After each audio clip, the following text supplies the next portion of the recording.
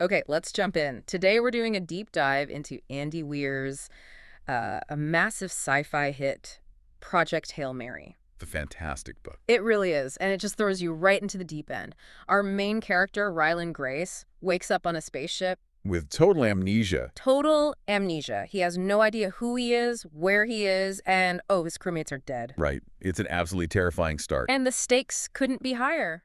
Back on Earth, scientists figured out the sun is dimming. And not just dimming slowly, it's a catastrophic process. Exactly. It's caused by this alien life form, and it's going to trigger a global ice age in, what, 30 years? Less than 30 years, a ticking clock for all of humanity. And the fascinating thing, the science behind it is also the key to the solution. It is. This threat is an alien microbe, a single-celled organism they call astrophage. Astrophage, it literally eats light. It consumes electromagnetic radiation, starlight. But here's the twist, the core paradox of the plot. This microbe, this world-ending threat, is so incredibly energy-dense that it's the only thing that can possibly fuel the mission to save everyone. So you're using the apocalypse itself to power the cure. Precisely. And Grace, our hero, he wasn't even supposed to be there. He was a molecular biologist turned a middle school science teacher. A bit of a fall from grace, so to speak. Right. But the original crew, the trained astronauts, they died, so he was basically forced onto this one-way trip, a suicide mission. A suicide mission to the only star system nearby that seemed to be resisting the infection, Tau Ceti.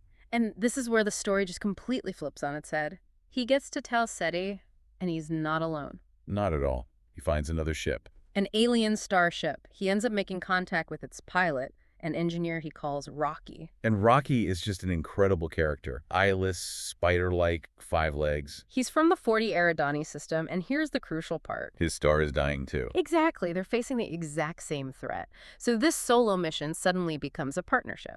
A cooperative, cross-species effort born from pure desperation and mutual interest. Their whole focus then shifts to a planet in the Tau Ceti system. They have a theory that it must have a natural predator for the astrophage. Right. So they find it, they collect it, and they name this predator Talmiba. Problem solved, you'd think. You would think. But this is where the real moral dilemma kicks in. While trying to make the Talmiba usable, Grace makes a mistake. A huge one. He accidentally helps it evolve. He breeds a version that can eat through xenonite. And xenonite is the Iridian supermaterial. Rocky's ship, the Blip A, is made of it. Everything they have is made of it. So the cure is now poison to Rocky's ship.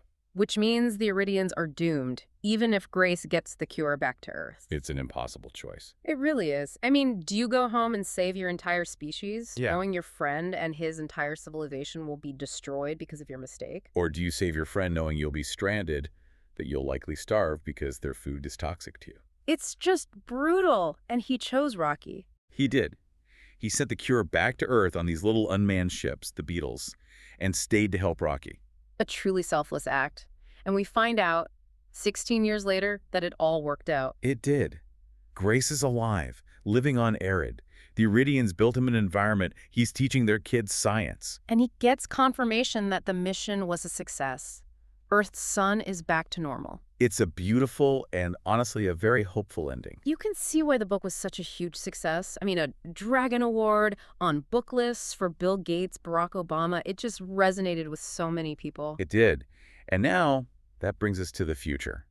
A film adaptation is coming, March 20th, 2026. Ryan Gosling is playing Grace. Right, with Sandra Hüller as Eva Stratt. So here's the final thought I want to leave you with. How will a mass audience react to that choice? When you see it on screen, will that act of radical altruism, choosing one friend over your own species, still land the same way? Or will the film maybe shift the focus to make it more about simple survival and something to think about?